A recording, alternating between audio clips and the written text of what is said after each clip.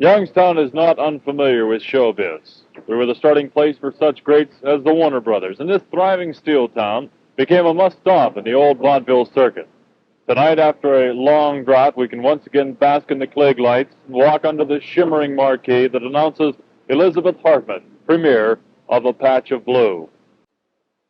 Elizabeth Hartman is a local girl who looks like the type who would like to have a hometown premiere, with local politicians getting their picture taken with her smiling, and with the old hometown theater group getting together for a little meeting in the green room, and the local press asking silly questions like, how's it feel to be a star?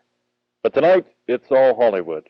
A crew of as yet unnumbered press agents and MGM representatives have descended, and the big out-of-town press is here, and what started out as a hometown get-together is now the Youngstown edition of Hollywood and the Stars. But the center of all this has still somehow retained a grace and unpretentious manner, which is proof that no matter what you hear, Biff Hartman is not a girl easily swayed by the whirlpool that surrounds her. But how does it feel to be a Hollywood sensation at 22 years of age? Oh, well, I don't know that I'm a Hollywood sensation. I feel very happy. Of course, I'm honored. What about the Academy Award nominations coming up? When did you first find out about this?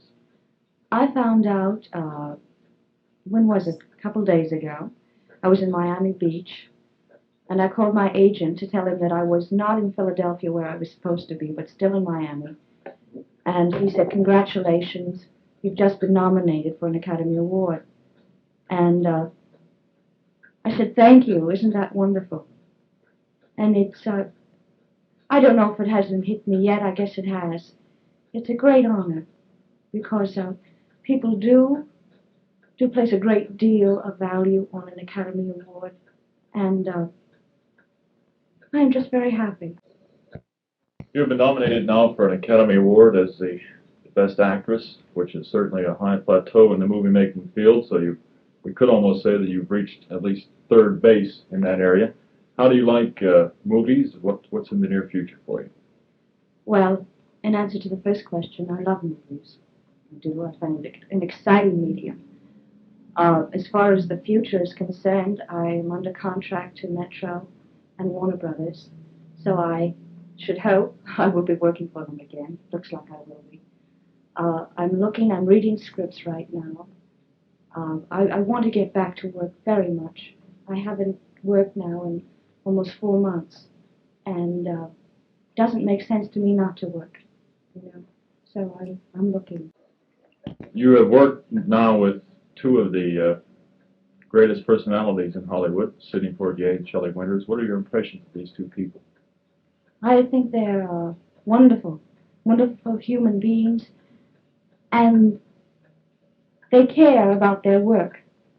They're there to work, and they do their work, and this is most important to me, and I have a great deal of respect for them. Have they, did they, while you were filming, give you any help along the way? Of course they did. The whole nature of acting is to give to someone else. And they certainly did everything that they could. They never made me feel like an underdog or the young girl who's making her first film. I never had that feeling at all. We were there and we worked as a group. We were there together to do something good and something we believed in. How long did it take to film this motion picture? It took 8 weeks. You say that you went to work and you come back home. You must not have had much time for the things that grow your age with life, such as dating and so on. No, I was very busy. You see, you work every day, and I would have to get up at 4:30 in the morning, and I would work till 7 at night. And I'd just come, I'd drag myself home. It's that wonderful kind of physical exhaustion that you feel when you've done a hard day's work. And I would eat and do my homework and go to bed and get up. What homework are you talking? Well, homework on the script, which I had to do every night. This was, making a film is quite different, because you're creating the product that's going to be seen the next day, every day, and there's much work to be done every night. You still retain at least a letter-writing relationship with a local boy, don't you? No, the fellow that I do write to, I met him at Carnegie Tech 4 years ago when I was in school, and he is now in Korea. He is from Brooklyn, and our relationship has been based on letters for a long time. He will come back May 8th, and needless to say, I can't wait to see him. You're going to have time to break away from everything? I should hope so. You know, he has a month leave, and I think it'll take a month just to talk about everything. Everything has quite a bit of success in just the past few years, relatively few number of years for an actress. You've been thrown into motion pictures now in a big league. How do you like Hollywood, California, and the aura that surrounds it? Well, quite frankly, when I was in California, I went to work and came home, and went to work and came home. I didn't see much of what we think of as Tinseltown, Hollywood, USA, you know. I haven't spent the time there. I think it's quite beautiful. Of course, the weather's incredible, but I find the weather boring. I like a rainy day, and I like the snow. And if it's like Easter Sunday every day, then you begin to take it for granted, you know. So, I don't think I would ever want to live there.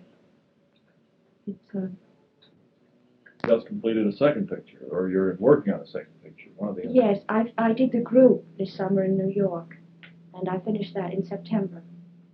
And that has been, you know, that was the last one. I would like to get back to the stage also, which is my first love and will never be replaced, I'm sure. If I were offered a script for a play and a script for a movie of equal value, I would be drawn towards the play, I'm sure. Why is that? So many people who are in the movies seem to feel that they like that stage show. Well, I don't know. I think it's the thing that films is more or less a director's medium, and I miss that audience. And when I'm out there on the stage, it's me, and I have control, and I like to have control. And the theater is just in my blood, and I miss it. Well, Patty Duke did quite well with her Academy Award for playing a young lady who was without sight, and we hope that you had the same type of luck, the same good future that Patty Duke had. Well, thank you very much. It's been a great pleasure.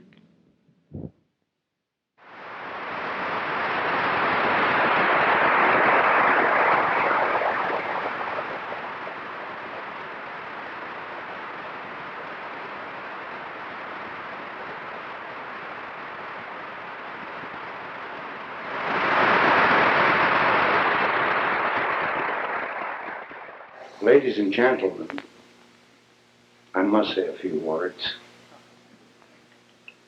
Youngstown is delighted tonight. I think we're most proud.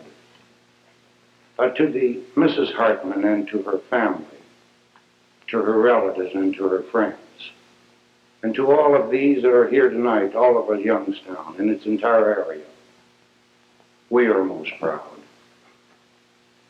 We extend, or may I have this privilege of extending to the Hartman family, to Elizabeth, our most sincere congratulations.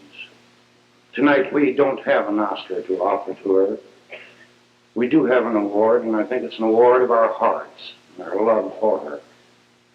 And we trust that in the very near future, these Oscars they talk so much about will be living within ourselves, indicative of what the goodness there is here in Youngstown.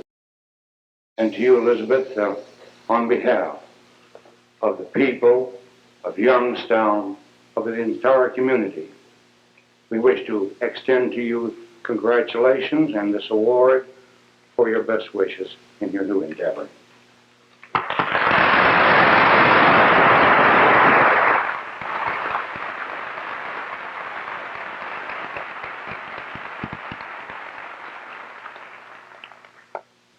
I thank you very much. This, of course, means more to me than all the Oscars in the world. It has to. I think I can safely say that this will be one of the most exciting and thrilling evenings of my entire life. And it all has to do with you sitting there. I think it's a wonderful thing that I have the opportunity to share my happiness with those who are my friends, with those who know me as Biff Hartman, with those who have always helped, with those who are the dearest in the world to me. I sincerely and simply thank you very much.